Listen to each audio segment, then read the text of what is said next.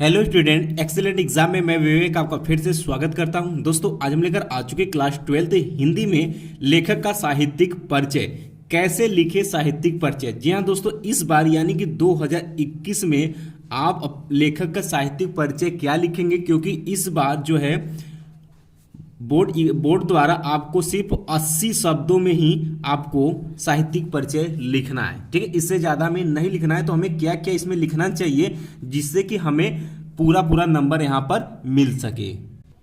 तो दोस्तों जितने स्टूडेंट क्लास में आ चुके हैं, फटाफट इस क्लास को आप लोग लाइक और शेयर जरूर करें। कोई प्रॉब्लम होती है तो हमें कमेंट बॉक्स में कमेंट कर सकते हैं। कोशिश करेंगे कि आपकी समस्या को दूर किया जा सके। या फिर दोस्तों आपसे बोर्ड से रिलेटेड कोई भी प्रॉब्लम होती है तो आप हमें व्हाट्सअप भी कर सकते हैं। व्हाट्सअप नंबर आप लोग नोट कर लीजिएगा 9451094356। ये व्हाट्सअप नंबर है, आप हमें यहाँ से भी फॉलो कर सकते हो।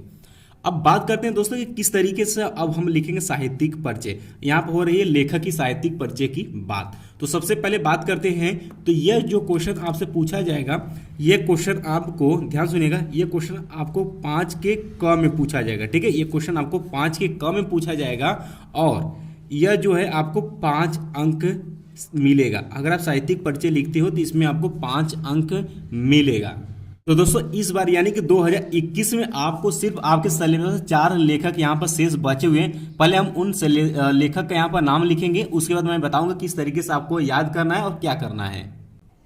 तो दोस्तों आपके सिलेबस में ये 4 मुख्यतः लेखक है जिनका आपको साहित्यिक परिचय लिखना है। ठीक है, तो पहला आपके आ जाते हैं वासुदेव शरण अग्रवाल, दूसरा है आपके हजारी प्रसाद द्विवेदी जी हैं, और तीसरा है प्रोफेसर जी सुंदर रेड्डी, और चौथे हैं आपके डॉक्टर एपीजे अब्दुल कलाम। इनमें से आपको कोई भी एक 3 दिएगा। ध्यान सुनिएगा।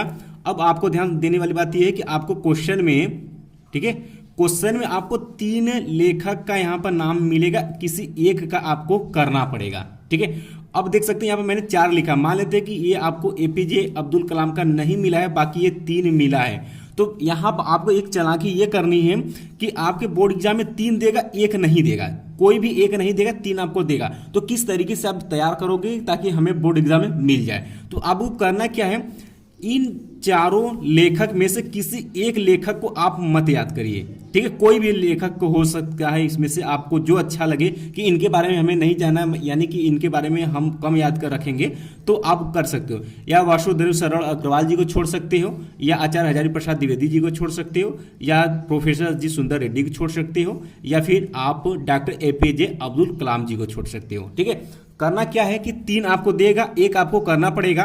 तो यहां से आप 1 को ब्रेक कर दीजिए, 1 को आप ब्रेक कर दीजिए और बच जाते हैं आपके 3।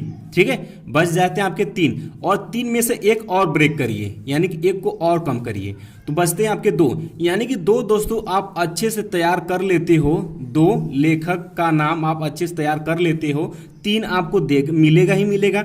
उसमें से 2 तो मान लेते हैं कि कभी मान लेते हैं प्रॉब्लम होती है, तो 2 आपको ये मिल जाएंगे। तो इसमें से 1 आपको या तो ये मिलेंगे या तो ये मिलेंगे।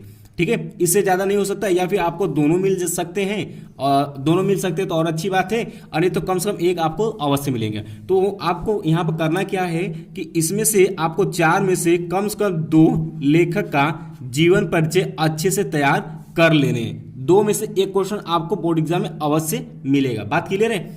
अब बात करते हैं दोस्तों कि इसमें क्या क्या हमें लिखना पड़ेगा जिससे कि हमें अच्छा नंबर मिल सके। तो मान लेते हैं कि किसी भी लेखक का सबसे पहले हम लोग लिखते हैं जीवन परिचय। जीवन परिचय, तो पहला मुख्य हेडिंग आपका होगा जीवन परिचय, ये पहला आपका हेडिंग होगा। इसके अंतर्गत आप क्या लिखेंगे भाई, लेखक का नाम। लेखक का नाम, अगर इनका बचपन का नाम है, इनका अगर बचपन का नाम है तो वो भी आप लिखेंगे।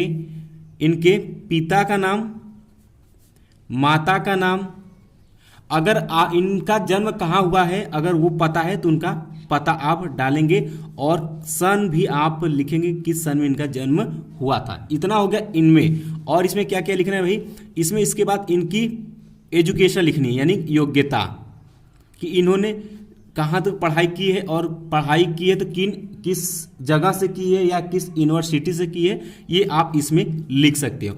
और लास्ट में आपके आ जाते हैं मृत्यु।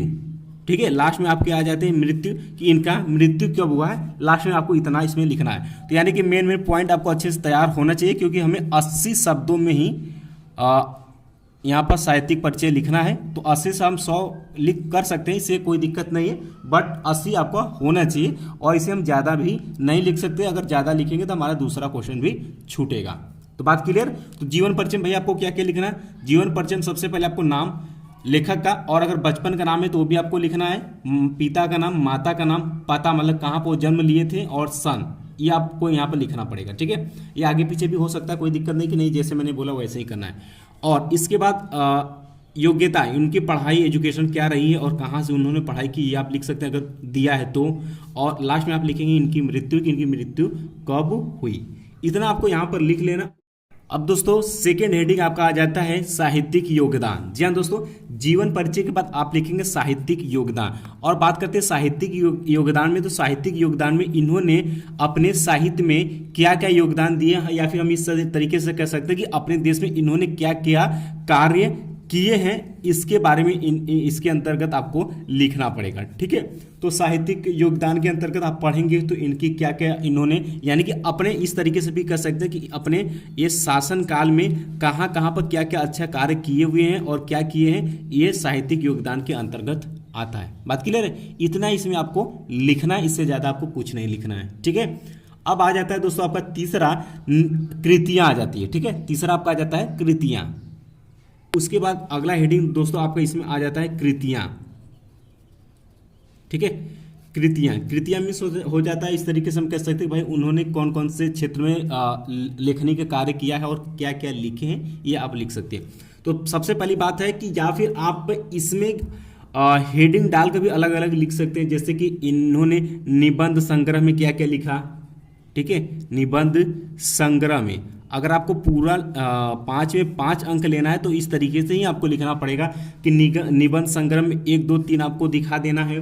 उसके बाद दोस्तों आपका अगर शोध प्रबंध है उनका, ठीक है, उनका अगर शोध प्रबंध है तो ये भी आप हेडिंग डालकर 1 2 जो भी है उनका दिखा सकते हैं। फिर उसके बाद अगर इनका आलोचना ग्रंथ है तो वो भी आप हेडिंग डालकर लिख सकते हैं, आलोचना ग्रंथ।